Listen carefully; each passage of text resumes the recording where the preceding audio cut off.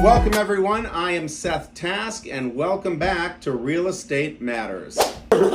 What's that? Is this running? It is. Today we're going to talk about the spring market 2023 for the greater Cleveland area. It's pretty hot. Woo! You talk to a lot of people, they'll tell you we have a crash coming. Well, I'm going to give you two important statistics to tell you why that's not going to happen. Number one is average listings in the marketplace, and two, the foreclosure rate. There are more people listing their house in this spring than there were last spring. The average amount of listings being listed over the first 4 months of 2023 is around 3,200 listings. Last year, it was less than that by about 100 to 150 per month. And the year before, it was under 3,000 a month for the first 4 months. That tells you that sellers are coming off the shelf, probably due to the higher values, and they are listing their houses. So there's going to be hopefully a little bit more inventory to choose from, but not nearly the level of inventory as the mortgage meltdown or any time we've seen a down market. Listen, supply and demand requires that supply be incredibly high in order for values to drop, and that's not happening, and I don't foresee that happening. During the mortgage meltdown, we had 6,000 to 7,000 listings a month coming on the market. That takes us to our second statistic. Listen, the foreclosure rate during the mortgage meltdown back in 2010, 11, 12 was over 2% of all of the homes in the country. That's a lot of all of the mortgage properties. Right now, in 2022, that rate was 0.23%. That's not even properties that actually went through a full foreclosure. That rate is about 0.06%.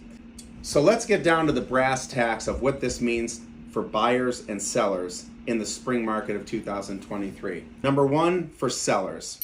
Listen, if you've been on the sideline thinking about whether or not you should list your house, and you're wondering, is this the top of the market?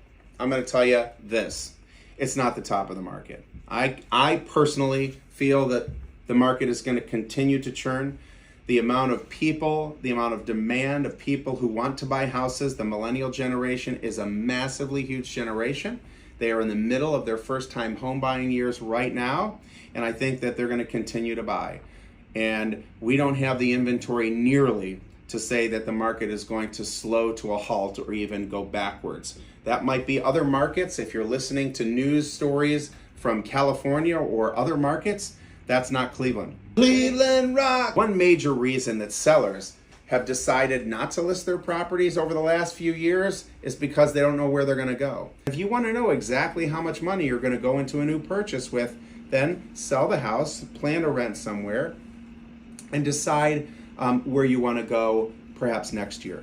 I've had empty nesters who have come out of their house, sold their house, and rented downtown or in Ohio City or somewhere they thought they might want to live for a period of time. It's okay to do that.